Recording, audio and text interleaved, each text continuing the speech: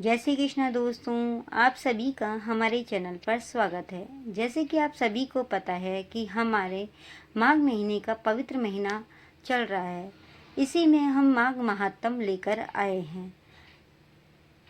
1 से लेकर 8 तक के महात्म्यों के अध्याय हमने पहले डाल चुके हैं। आज हम के लिए 9वां अध्याय लेकर आए हैं। लेकिन उससे पहले दोस्तों हमारे चैनल को सब्सक्राइब कर दीजिए। यमदूत कहने लगे, मध्याह्न के समय आया अतिथि मूर्ख पंडित वेदबाधी या पापी कोई भी हो, ब्रह्मा के समान है, जो रात्रि के थके हुए भूखे ब्राह्मण को अन्न जल देता है। मध्याह्न के समय जिसके घर आता हुआ अतिथि निराश नहीं जाता, वह स्वर्ग का वासी होता है। अतिथि बराबर कोई धन संपत्ति तथा हित नहीं है। बहुत से राजा और मुनि अतिथि सत्कार से ब्रह्मालोक को प्राप्त होते हैं। जो एक समय आलस्य से भी अतिथि को भोजन करा दे, वह यमद्वार नहीं देखता। केसरी ध्वज से वैवस्वत देव ने कहा था कि जो कोई इस कर्म भूमि मृत्यु लोक से स्वर्ग लोक जाने की इच्छा रखता हो, वह अन्न का दान करे। दूत कहते हैं कि यमराज कहते हैं कि अन्न के बराबर दूसरा और कोई दान नहीं है। जो गर्मियों में जल, सर्दियों में ईंधन और सदैव अन्न का दान करते हैं, वह कभी यम के दुख नहीं उठाते। जो अपने किए हुए पापों को प्रायश्चित करता है, वह नरक को नहीं देखता, और प्रायश्चित न करने वाला मनुष्य नरक में जाता है। जो काया, वाचा और मन से किए हुए पापों का प्रायश्चित करता है, वह देव और गंधर्वों से सुशोभित स्वर्गलोक को प्राप्त होता है। जो नित्य ही व्रत, तप, तीर्थ करते हैं और जितेंद्रिय है, वह भयंकर यज्ञ को नहीं देखते। नित्य धर्म करने वाला दूसरे को अन्न, भोजन और दान त्याग दे। नित्य स्नान करने से बड़े बड़े पाप नाश होकर यम को नहीं देखता।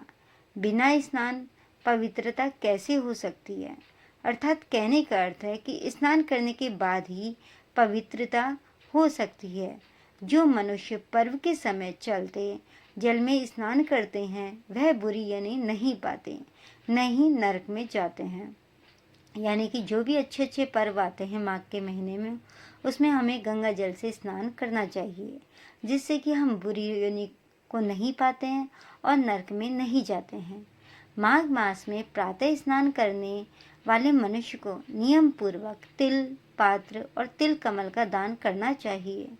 यमदूत कहते हैं कि हे मुकुंडल, पृथ्वी, सोना, गौ आदि परम दान करने वाला स्वर्ग से नहीं लौटता। बुद्धिमान पुण्यतिथियों, व्यतिपात, संक्रांति आदि को थोड़ा सा दान करके भी बुरी गति को नहीं प्राप्त होता। सत्यवादी, मौन रहने वाला, मीठा बोलने वाला, क्षमाशील, नीतिवान, किसी की निंदा न करने वाला, सब प्राणियों पर दया करने वाला, पराये धन को तृण के समान समझने वाला मनुष्य कभी नरक को नहीं भोगता। अर्थात इसमें एक कहावत भी आती है कि पराये आस जो करे वह हो तो ही मर जाए। अर्थात हमें पराये धन को मिट्टी के समान तुच्छ समझना चाहिए, उसकी आशा नहीं करनी चाहिए। यह था हमारा 9वां अध्याय। लेकिन दोस्तों, आगे का 10वां अध्याय सुनने से पहले आप हमारे चैनल को सब्सक्राइब कर दीजिए और बेल आइकन दबा दीजिए, वरना आप कथा सुनते सुनते ही भूल जाएंगे सब्सक्राइब करना। सब्सक्राइब करने से हमें प्रेरणा मिलती है और हम जिससे कि और अच्छे अच्छे वीडियो आपके लिए लाते हैं। 10वां अध्याय। यमदूत कहने लगे कि हे वैश्य, एक बार भी गंगा जी में स्नान करने से मनुष्य सब पापों से छूटकर अत्यंत शुद्ध हो जाता है। जो मनुष्य गंगा जी और दूसरे तीर्थों के समान समझता है, वह अवश्य नरक में जाता है।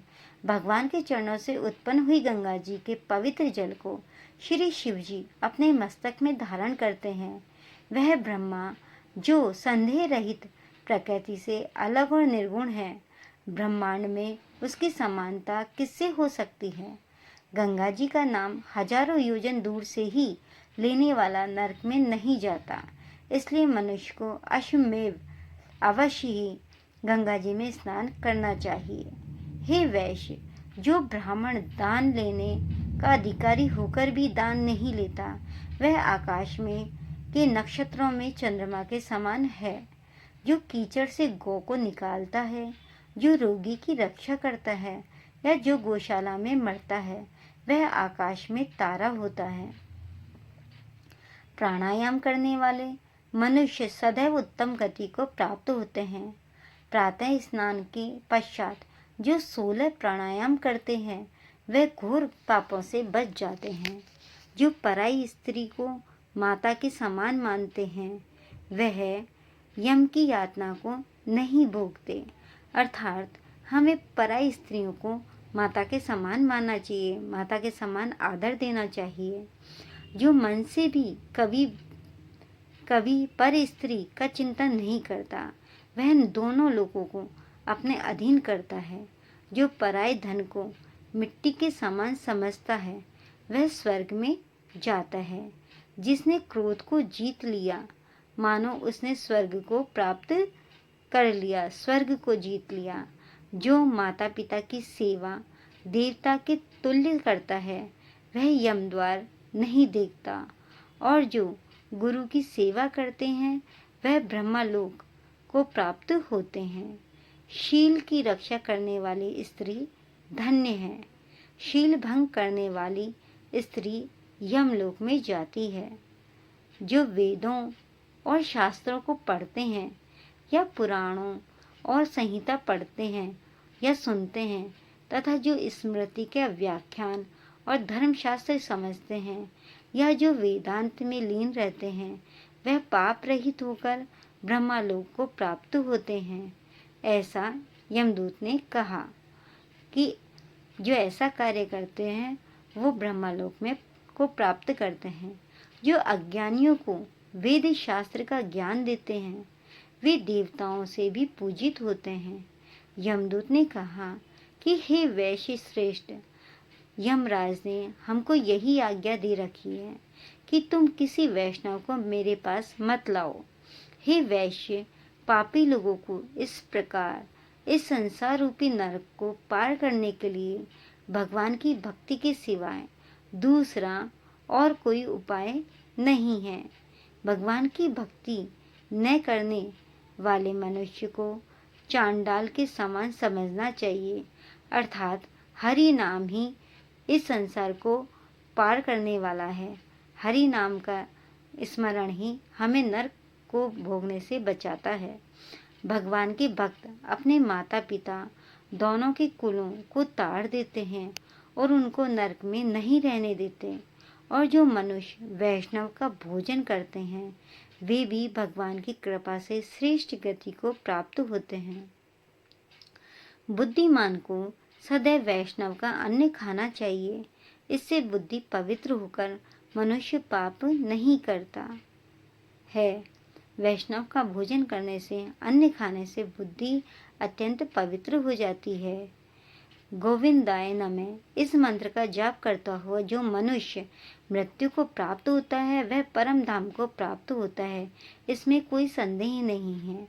जो ओम नमः भगवते वासुदेवाय मंत्र का उच्चारण करता है, मन मनो नारायण इस मंत्र का द्वादशाक्षर मंत्र का ओम अष्टाक्षर मंत्र का जाप करता है, उसके ब्रह्मा इत्यादि बड़े पाप नष्ट हो जाते हैं।